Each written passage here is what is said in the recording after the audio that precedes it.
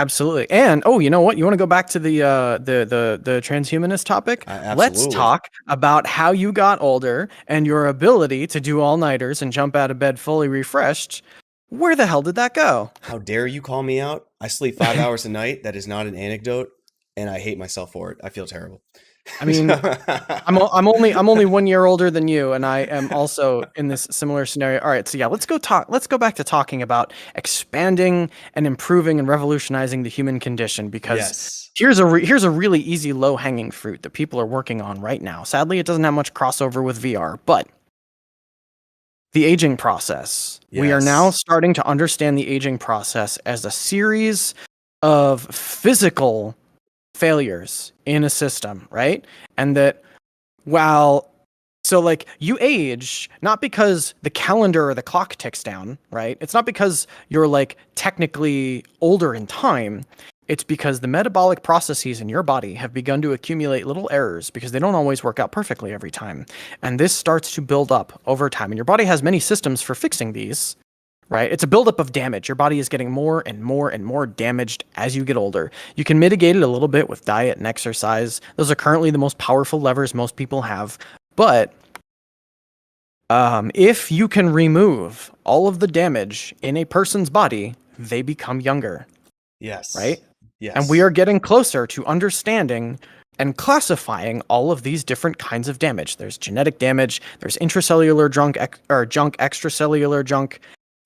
There's oxidative stress causing damage, all of these things, right? And so once you know what all of these are, you can start designing interventions for each of them.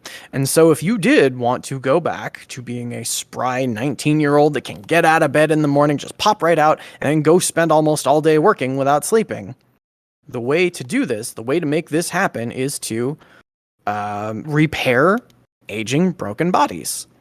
How far? And some, go ahead. Go ahead. I was gonna say, how far on this topic are you, JC, willing to go to get there? You know, what's the limit for you? That's the beautiful thing about transhumanism versus the idea or the intellectual framework that it builds on top of, right? Old school humanism is an enlightenment philosophy that more or less means, people can be good without God, sort of like liberal-ish, democratic-ish societies work the best. And so like, we want to do the best we can in that framework, but a lot of people in that framework inherit a lot of these really weird edge cases, right? They're like, Yes. okay, I like life, I like being alive, but I don't want to be alive for too long. I might get bored at 1,000 years old, or I'm not sure I want to live that long. And what if the future's weird and crazy and unpredictable and I get future shock? And it's like, listen, if life is good, right? Like I like to use the example of you go find somebody on the train tracks. You find a 9-year-old trapped on the train tracks and there's a coming train. You save the 9-year-old, awesome, right? No problem.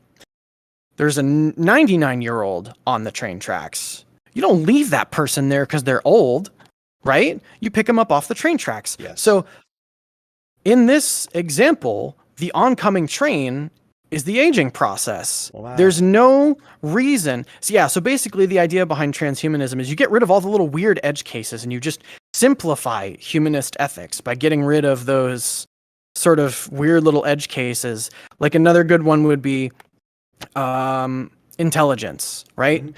Intelligence of all stripes, whether you believe general intelligence exists or not, or whether it's just a bunch of little specific intelligences, intelligence is good, right? The more you have it, the better you are capable at taking care of yourself, and the better you can take care of others, assuming you value other human beings, which most of us do. Yes. I would hope so. That seems like a good moral framework. I personally think you should value other people. Absolutely. But the thing is, some people go, okay, well, how far is too far? And it's like, does this good thing suddenly stop being good because you had to put electrodes in your brain and wear a computer to get more of it? Yes. Why would it be, right? Like, is this sort of body purity, this ick response to putting things inside of our bodies, is it really rational? Or is it like a heuristic instinct response that people have built up, possibly through evolution, for a context that no longer really applies? Is it just that no one wants to be the first to take that leap? Because I mean, to me, it just seems like let's put it onto the VR side. The second BCIs start becoming to the consumer grade to a degree, enthusiast grade, I'll say that, and the first couple people start taking that dive, I've got to imagine there's a snowball effect after that. Just no one wants to be the first down this rabbit hole. But I think many people will go down it once others do. I'm not so certain that's the problem. No? It may be a factor, but it's not the problem. The problem is kind of related to it's related to our society's general level of risk aversion. And the big thing is, I think in the US at least, we have a regulatory framework and a legal framework that is extremely risk averse. Everybody is basically, it's an ethical principle called the precautionary principle. It's like, you're not allowed to do anything until you can prove it safe. Right? Okay. Yes, I can see that. You see this with nuclear power. You see this with medical technology. Everything is structured so that you have to go through all these barriers to conclusively prove that your idea will work, and it creates a stifling environment for innovation, right? The counter argument to the precautionary principle is the proactionary principle. You're like, we should be risk takers, right? If somebody is okay taking a risk, we shouldn't stop them.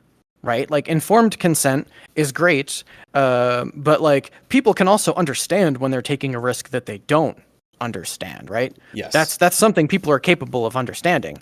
And the big thing is, everybody just wants to avoid responsibility. The legal framework is all around making sure that an angry mob can't point the finger at somebody and go, "You are the reason I got hurt," even though I was experimenting with myself.